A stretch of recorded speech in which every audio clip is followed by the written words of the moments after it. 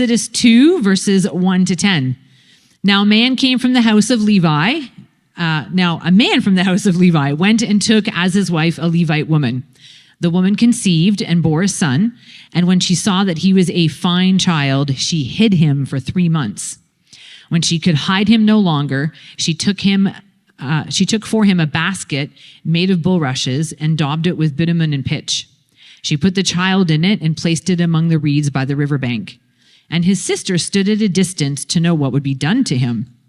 Now the daughter of Pharaoh came down to bathe at the river, while her young women walked beside the river. She saw the basket among the reeds and sent her servant woman, and she took it. When she opened it, she saw the child, and behold, the baby was crying. She took pity on him and said, "This is one of the Hebrews' children." Then his sister said to Pharaoh's daughter, "Shall I go and call you a nurse from the Hebrew women to nurse the child for you?" And the Pharaoh's daughter said to her, "Go." So the girl went and called the child's mother. And Pharaoh's daughter said to her, "Take this child away and nurse him for me, and I will give you your wages." So the woman took the child and nursed him. When the child grew older, she brought him to Pharaoh's daughter, and he became her son. She named him Moses because she said, "I drew him out of the water."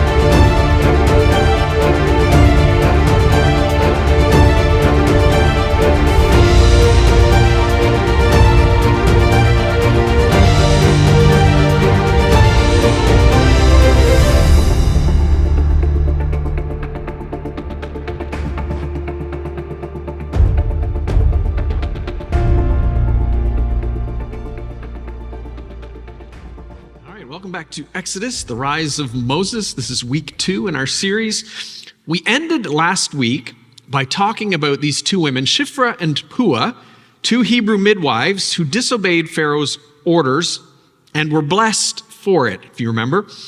Chapter 1, verse 20, it says, "So God dealt well with the midwives for making this decision."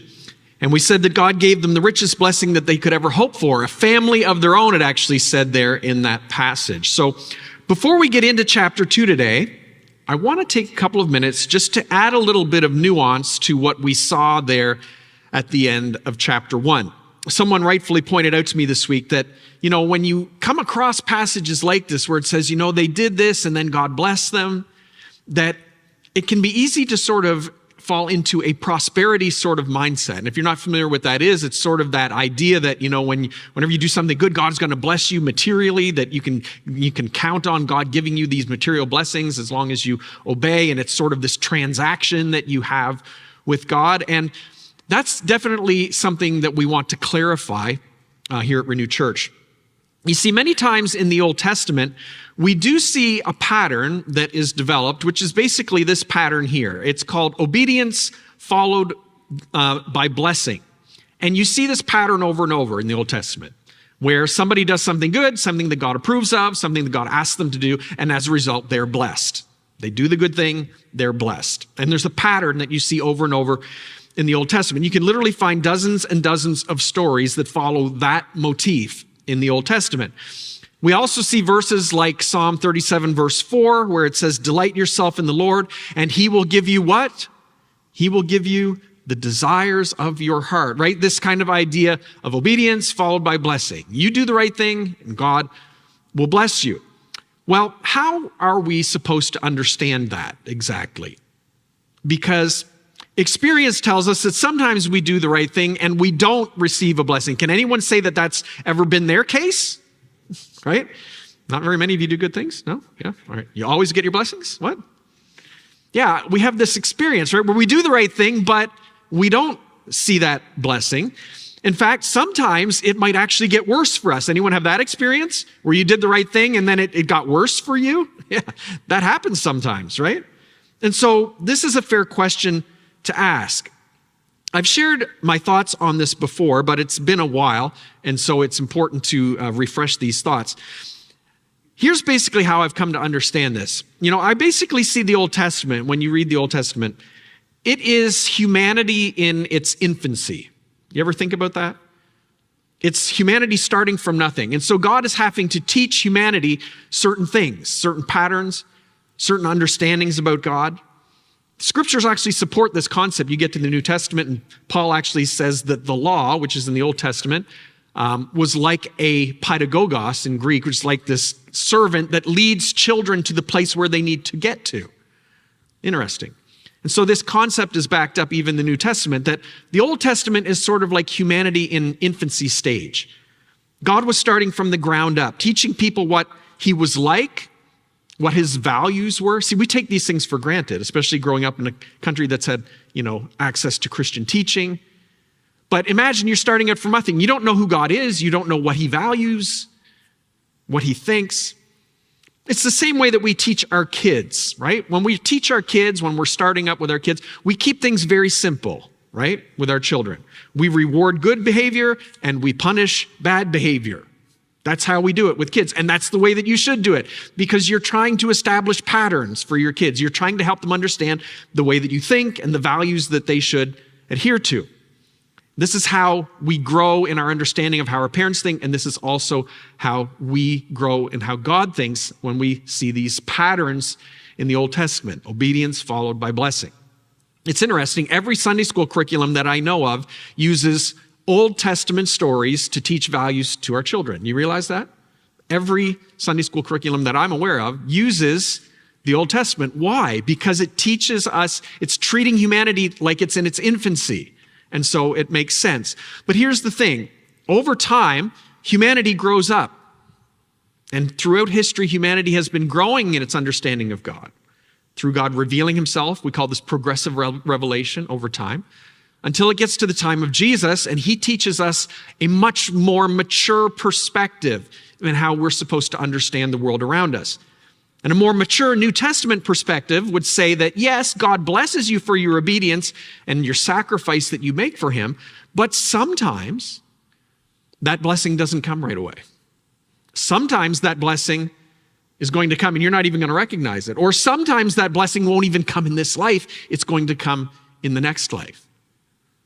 In fact, in Hebrews chapter 11, New Testament, it says all these people that were commended in Hebrews chapter 11 for their faith, all these people, though commended through their faith, did not receive what was promised. Right? They did the right thing, but in their lifetime, they didn't get the blessing that should have been attached to that. Right? God had something better in store for those people, the writer of Hebrews says. And so this is a more mature perspective as it relates to this. So all blessings don't come right away or even in this life. A more mature New Testament perspective would also teach us that not all blessings are material in nature. Who likes material blessings? I like material blessings, right? I like it when it's something tangible, something that I can see, that I can appreciate, right? Some of the richest blessings that we experience for doing the right thing, it's living with a good conscience, right? It's living with peace before God. Another amazing blessing that we get for obedience to Christ is the fellowship that we come to enjoy with Christ as we go through difficult times, as we suffer for him. In fact, I don't know a single Christian who says that they don't want a more intimate relationship with Jesus. Any Christian here that doesn't want a more intimate relationship with Jesus? We all say that. We all want this closeness to God and that intimacy. But Paul actually taught that the surest way to experience that intimacy was through how? It was through suffering for Christ. Look at what he says in Philippians chapter 3. He says, his desire was that I may know him and the power of his resurrection and may share his sufferings, becoming like him in his death. So I just want to remind you, God does bless obedience, but he has many different ways of doing that. And that is a more mature New Testament perspective. If you're always looking for some tangible or material blessing, I'm telling you right now, it is going to set you up for a fall. It's going to set you up. You're going to be like, where's my blessing? You're going to shipwreck your faith if that's the mentality that you have. Don't be the adult who still needs to be rewarded with a cookie for every time they do something right, right? That is not a mature Christian, right? God, where's my reward, right? Not a mature perspective. In everything, we emulate our Heavenly Father because He always brings about the best results for us, okay? So that's just sort of a recap and a little bit of extra nuance to what we talked about last week. This week, we're jumping into chapter 2. This is the birth of Moses, and you heard the first 10 verses being read there by Denise. It starts actually by saying that Moses was born to parents from the house of Levi. So if you open your Bibles to that passage, that's what you see there. A man from the tribe of Levi took a woman from the same tribe. Now you may remember from your Old Testament study that the Levites were the tribe from whence the priests were taken, right? And so the Levites, this is something that we often remember about them, but remember this, maybe this is something you've forgotten. The Levites started with Aaron, who was the high priest. Now, who is Aaron? Aaron is Moses' brother. All right, so we're talking here about the tribe of Levi, but that's before they became the priestly tribe. All right, so just something to take note of. Aaron, Moses' brother, would be the first of those high priests. And speaking of Aaron, you may ask, how did Aaron survive Pharaoh's edict that all of these children, right, that were born, these Hebrew children, be slaughtered, that they be thrown to the crocodiles in the Nile River? Well, he was 3 years older than Moses, and so that edict hadn't come into play yet when he was born. Moses also has a sister, a younger sister named Miriam, who would have survived because she was a girl. In chapter 6, verse 20, if we jump ahead in the book of Exodus, we actually learn that Moses' parents' names were Amram and Jochebed. And Jochebed was actually Amram's aunt. All right, so just telling you the facts. This is the story. The bloodlines were much stronger back then. They were able to handle those close relations, but that was Moses' parents, Amram and Jochebed. Verse 2 kind of makes it sound like Jochebed decides to keep Moses, quote, when she saw that he was a fine child, right? It's kind of weird wording because it's kind of like, she waited till she saw the baby and said, yeah, okay, he looks pretty good. I think I'll keep him. No, that's not the idea here. The literal translation is actually that she saw him, that he was good. And it actually makes you think of the wording in the creation story. That when she saw Moses, she saw the goodness of God, God's purposes, right? All of these kinds of ideas that were connected to that. Everything that God makes is good, and God had a good plan for this child. And Jochebed had this conviction. I think no matter what conviction a woman had, she's going to do her best to keep this child and not follow Pharaoh's orders. And sure enough, that's what she did. But apparently, Moses was an impressive baby when he was born. In fact, even the writer of Hebrews says so. Some translations use the word beautiful, others use the word impressive.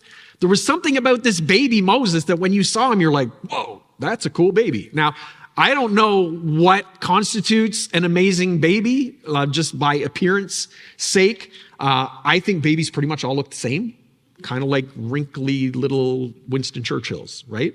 They all kind of look very similar, but I can tell you, some people are able to tell you a beautiful baby from a non-beautiful baby. My wife can tell you, that's not a beautiful baby. I'm like, looks the same to me. That is a beautiful baby. Now, there's one baby that she really affirms as being beautiful, who actually had her first birthday today, which is our granddaughter, Kaya. So she's back in the nursery now, and that's kind of cool. We had a little celebration today at Maggie and Kevin's place, so that was pretty cool. But after 3 months, Jochebed had this little baby. She could not keep him hidden any longer. Of course, as babies get a little older, they get a little noisier. It's a little more difficult to conceal that baby is there, and so she needed to make a plan. So she makes this little mini basket ark and waterproofs it and floats her baby among the bulrushes in the Nile River. Moses' sister, Miriam, is watching from a distance just to see what's going on. You can imagine this would be a very stressful thing. You're trusting this baby in this little boat that you've made. You're pushing it out there, hoping the right person finds it. You're also thinking about the fact that this river is full of crocodiles. You're watching. Sure enough, Pharaoh's daughter is down by the water with her entourage of young women, and she finds this basket. Look at what it says in verse 6. It says, when she opened it, she saw the child, and behold, the baby was crying. She took pity on him. Those are very important words. What would have happened if she didn't in that moment? In that moment, something divine was happening inside of her. She took pity on him and said, this is one of the Hebrews' children. You know, I love this story because it really highlights how much easier it is to tolerate evil from a distance than it is when you have to engage it personally. You see, up until this point, I think that Pharaoh's daughter probably didn't give much thought at all to her dad's edict that all of these Hebrew babies be massacred. Right? She's a young woman. She's got her entourage. She's enjoying life in the palace. I don't think she probably thought about it at all. But there in that moment, she goes down and she opens this basket and she sees a live human crying, helpless, beautiful baby, right? And it says, and she took pity on him. In that moment, some part of God's image, I would say the mercy part of God's image, in her came out. And she could not but help to decide to keep this baby. You know, I find that we Christians also, we do much better when we personally engage people and situations. When we remember the humanity that we share with people whom we tend to criticize. Have you found this to be true? It's a bit of a lesson that we see here. Sometimes it's easy to criticize from a distance, right? But once you meet people and you share that humanity and you recognize that they're the same as me, you treat them a little differently. So it's a great lesson. Well, the next part of this story is so awesome. Somehow, Moses' sister shows up right at the right moment. Now, we don't know, there's not enough information there in the text, but maybe she sometimes served the royal family in some way. Maybe she just inserted herself into the situation right at the right moment, and Pharaoh's daughter is confused enough to say, sure, I'll do what you're saying. We're not sure. But she shows up right at the right moment, very inconspicuously, and she offers to find a Hebrew nurse who can nurse the baby for her. And Pharaoh's daughter is like, sure. Right? So Miriam goes and she gets her mother, and Jochebed ends up getting paid to nurse her own baby. That's pretty cool. There's something about these stories that you find in the Old Testament. I think there's a reason why, there's a history with Jewish people for great storytelling, right? Even to this day. These stories are so amazing. The twists that take place in them are so fantastic. And it's important to pause here, just to press pause and to stop and to recognize in this amazing story the sovereignty of God. How God is in control. And how God can take a situation that seems so helpless and so desperate and just turn it into something so amazing and so wonderful. Even in this desperate situation where baby boys are being massacred, God has not forgotten his people. And in one day, in a matter of hours, Jochebed goes from a desperate mother trying to save her little baby boy by any means possible to then getting paid to nurse her own baby, who is now going to be completely immune from this decree that would have had him killed. She's completely safe. She can spend all of this time with her own baby and get paid for it. It's pretty cool, right? It's the sovereignty of God. When we read a story like this, we can't just walk away and not think about the character of God and apply that to our own situation. So I'm going to ask you, are you in a desperate situation right now? Right? Are you in a Nile River kind of moment where you're facing crocodiles? God hasn't forgotten you. This is what we learn from this story. Act in faith and wait on him. He's still in control. He's God, right? He's God. And he loves his children and he takes care of them in ways that we often can never envision. We try to picture, how is God going to get me out of this situation? Just trust him. He'll do it. Well, we're not sure how many months or years Jochebed nursed her son. It wasn't uncommon for people at that time to nurse their children up to age 5 or longer. But I think about those months or years that she had with her own son. Think about that. She must have cherished every minute of that time. Parents, do you have the foresight to cherish the time that you have with your kids now? Some of you are like, no, I want to kill my kids right now. Right? Do you have the foresight to appreciate the time that you have with your kids now? Because it goes by very quickly, very quickly. And I know right now you want to strangle them sometimes, but you have them right now. And you don't know how long you're going to have them for. See, you have thoughts in your head of when the time will be, but you don't have a clue. You really don't. And any of us that have lived long enough know that sometimes, right, kids leave us in different ways way earlier than we think, right? There's the rare one that stays around way longer than they should too, right? So make the most of the time you have with your kids. Cherish every moment. Because none of us knows how much time God will give. Jochebed knew that her time would be shorter than most people's, and I think she cherished every moment. Exodus 2, verse 10, it says, when the child grew older, Jochebed brought him to Pharaoh's daughter, and he became her son. You know what? I don't think Jochebed was there wailing and crying. I'm sure it was an emotional day, but I think she knew that God had blessed her and that she trusted God's plan for this little boy. She brought him to Pharaoh's daughter, and he became her son. And Pharaoh's daughter named him Moses because she said, I drew him out of the water. Now notice here, Moses' mother does not name him. We have no indication here that she gave him a name. I'm sure she had some kind of a name for him. Pharaoh's daughter actually named him. And Moses sounds like the Hebrew verb mashah, which means to draw out. But remember, this is an Egyptian girl. It also sounds like the common Egyptian word for son. Isn't that kind of interesting? So maybe what Pharaoh's daughter was doing was choosing one of these kind of hybrid names that kind of worked both in Hebrew and in Egyptian. It's interesting. A little side note, while we're talking about all these women, isn't it remarkable? There are some crazy, courageous women in this story. It really is.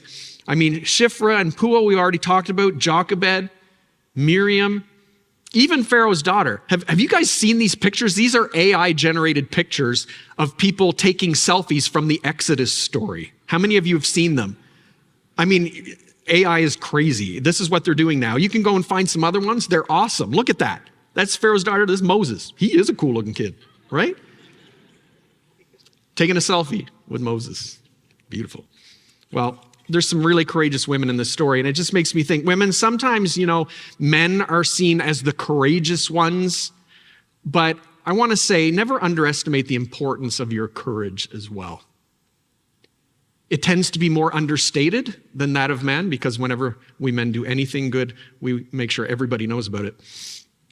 But your courage is just as real, it is just as powerful, and it's just as necessary, right? Look how God was using women in this story. And so women, keep growing in your courage. It's very, very important. Well, the next section here, picking it up, chapter 2, verse 11, talks about Moses fleeing to a place called Midian. Let me read this for you. It says, one day when Moses had grown up, well, that was quick, he went out to his people and looked on their burdens, and he saw an Egyptian beating a Hebrew, one of his people. He looked this way and that, and seeing no one, he struck down the Egyptian and hit him in the sand.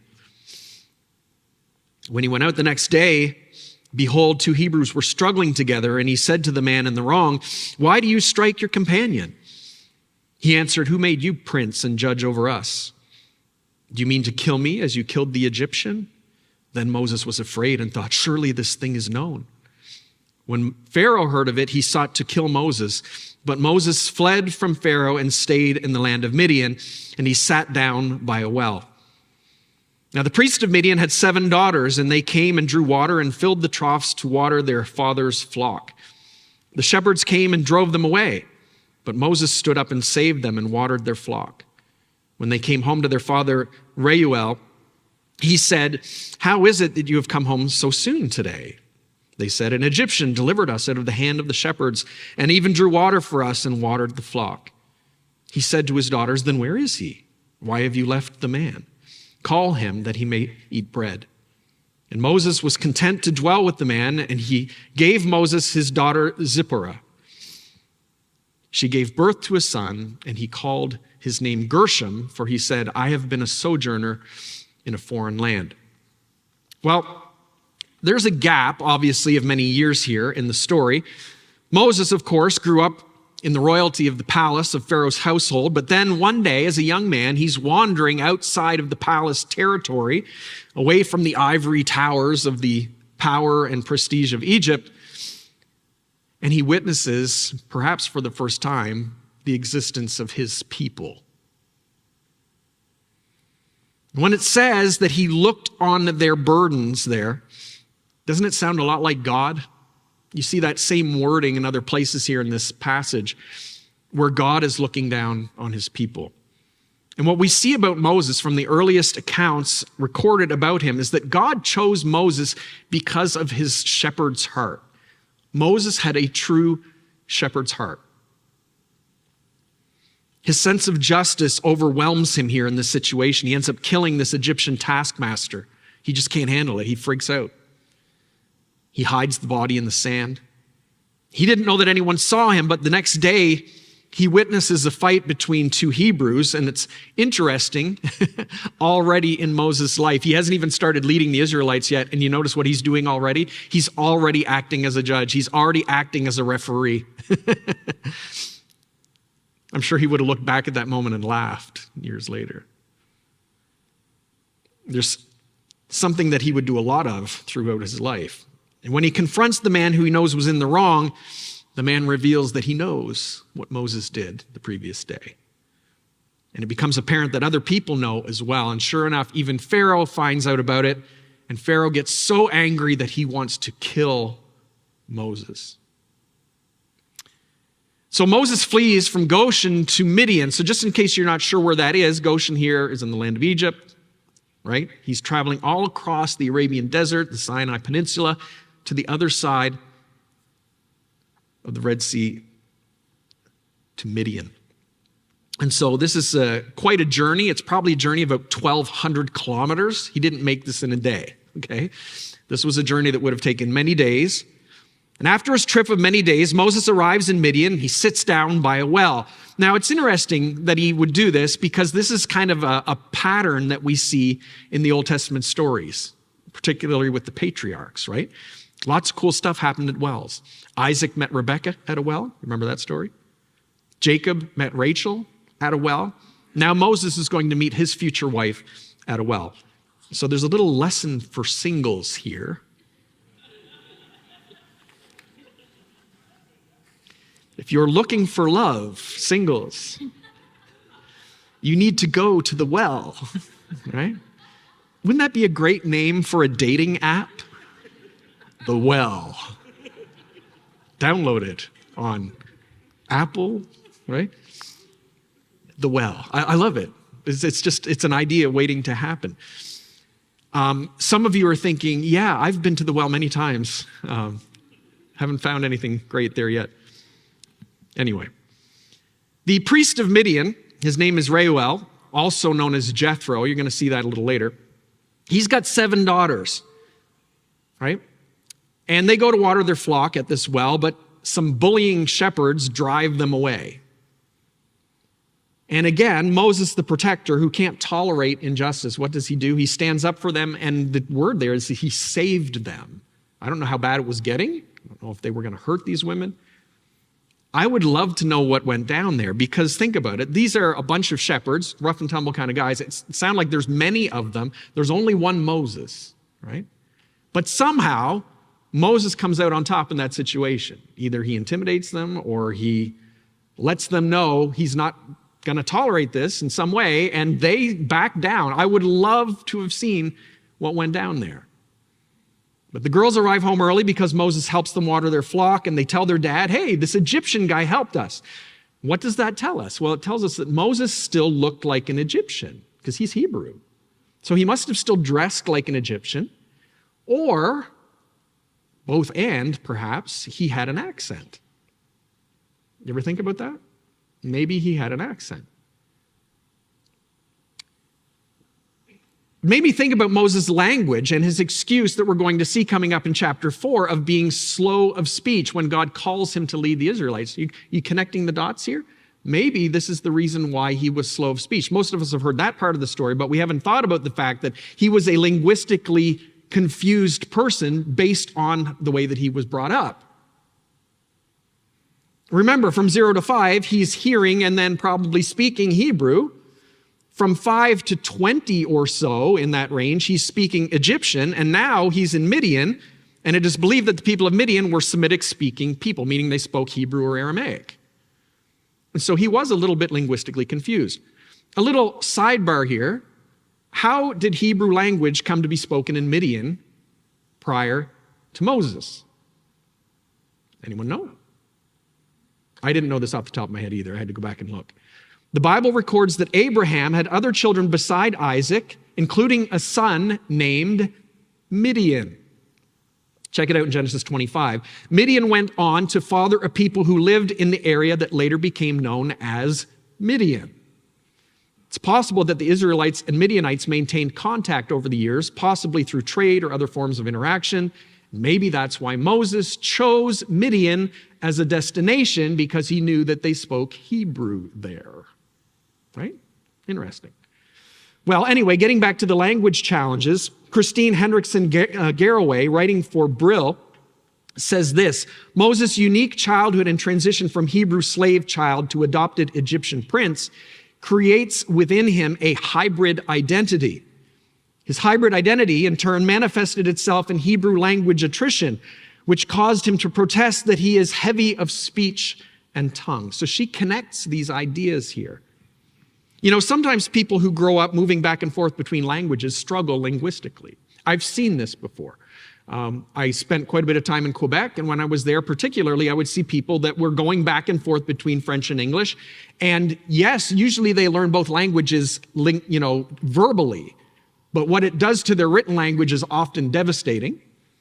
And often there's one language that comes out better than the other one, even verbally. And so it's kind of interesting. Anyway, Moses seemed Egyptian to Jethro's daughters, which probably to them only added to the mystique, right? You ever meet the foreign exchange student with the accent? That's pretty cool, right? Let me ask you this question, though, on a more serious note. Have you ever thought about how your ethnic and linguistic background contributes to your spiritual portfolio? Have you ever spiritualized this? I know you've probably just seen this as a challenge. If it's something that you've experienced, sometimes these things just seem like barriers, when in fact, what we come to discover is that they can be amazing bridges. They actually can be amazing bridges. And sometimes your unique perspective will open doors to give you a voice with people that you never expected. So no matter where you come from or how much maybe you're even struggling with English right now, I just want to encourage you, you have no idea what God's going to do with that, right? Whatever cultural background you come from, you have no idea what God's going to do with that. He's got plans for it because he uses everything. God uses everything. So don't denigrate what God may do through you, and even through those things that you see as challenges right now. Well, Jethro appreciates what Moses did for his girls, and he invites him to stay with them. Eventually, he marries Zipporah, and they have a baby named Gershom. That word in Hebrew actually sounds like the word sojourner, right? Someone who is traveling as a foreigner. And so Moses must have been there a while to be married to Zipporah and to have a kid. So he's been there in Midian for some time. But it's interesting that he still sees himself as a foreigner. He seems to know that his calling is not there. His calling is with his own people. And so if we look back in chapter 2 and pick it up at verse 23, look at what it says. During those many days where he is there in Midian, the king of Egypt died, and the people of Israel groaned because of their slavery and cried out for help. Their cry for rescue from slavery came up to God, and God heard their groaning, and God remembered his covenant with Abraham, with Isaac, and with Jacob. God saw the people of Israel, and God knew. This brief section serves as the bookend to the opening of the book. The first bookend was from chapter 1, verses 1 to 7. It's all about God remembering Israel. And now this is the second bookend to that introduction. It's about God remembering the covenant that he made with Abraham and with Isaac and with Jacob, and that he is going to fulfill his covenant. And I love that last verse, verse 25. It says, God saw the people of Israel and God knew. Back in 2009, Netflix had a hit that everybody was watching at the time. And it was the show called Parenthood. How many of you watched it? It was this show that got emotional every time. You couldn't watch an episode without crying. It was so annoying, but it kept you coming back every time, right? And it was about this large extended family, and it really showed the blessings and the richness of a large family. Yes, the struggles as well, but it was something that people watched, sometimes voyeuristically, if they didn't have a big family or didn't have a good family growing up.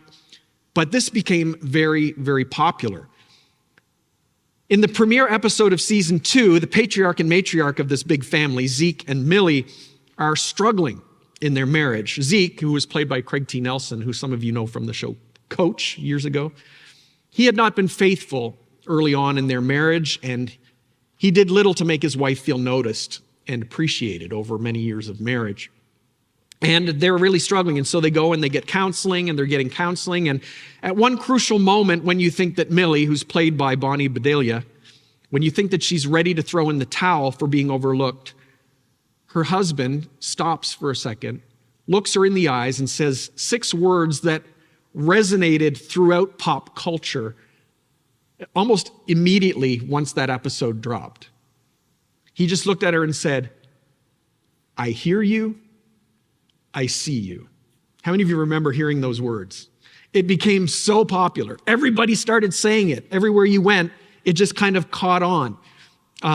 Sarah and I even started using it on each other sometimes. Do you remember? We would do that, kind of her more on me probably, but no, me on her. Soon, politicians were using it, and then that ruined everything.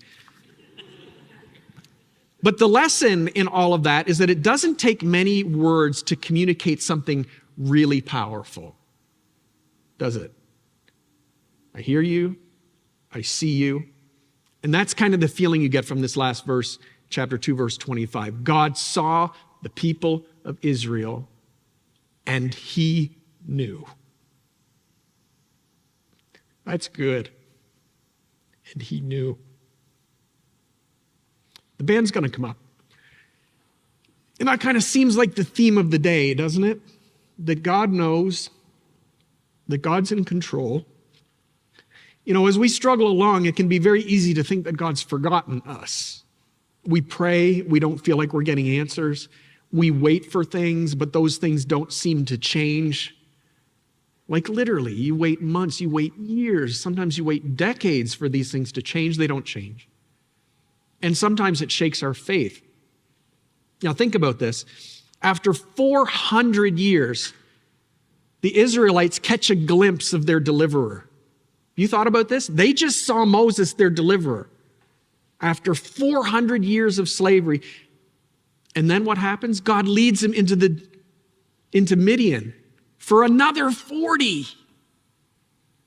It's not the 400, it's that last 40 that'll kill you, right? It's like another 40 years. Just to make sure that he's good and ready for the task that he's about to undertake. You know, God is never in a hurry. We're always in a hurry. God's never in a hurry. And that's one of the big reasons why we lose faith. It's because we're not patient like God is. But passages like this remind us that God hasn't forgotten our situation. He's looking at us in the eyes and he is saying, I hear you. I see you. And so hang in there, Renew. Hang in there. Whatever it is that you're struggling with, whatever you're waiting for from God, it's called faith for a reason. Things will happen when the time is right. I love this verse in Ecclesiastes chapter 11:3. Here's what it says. When the clouds are full of water, it rains. That's one of the wisest verses you will mine out of the entire Bible. Another way you could say it is, when the time is right, stuff happens. And next week, guess what's going to happen next week? Next week, this guy Moses is going to have an encounter. Just when you've stopped looking, when you've kind of given up, guess what happens? God shows up and he shows you everything that you've been prepared for, everything that God's been doing in the background, getting you ready. And next week, God's going to meet Moses. It's going to be cool. The epic story of the burning bush. Let's pray. Father, thank you for these great stories. Thank you for the lessons that we can learn from them. Timeless truths. Some of the same things that you were teaching to people thousands of years ago, we're still trying to learn. Lord, we thank you for the fact that you hear us and you see us. Just like the children of Israel, you know our situation. You know what's going on. Even when it doesn't feel like it's us, we have that confidence. Lord, help us to dig deeper in our faith. Help us to put down roots even deeper and to hold on and to wait patiently for the salvation of our Lord. We affirm our faith in you today. And we're going to leave here today saying that we're going to keep holding on as long as we need to. And we look for you to do what only you can do in our lives. In Jesus' name, amen. Join us on Sundays at 4 p.m. for our weekly service at 7755 10th Line North, Mississauga. Or visit renewchurch.ca/connect for more information about how you can get connected at Renew Church.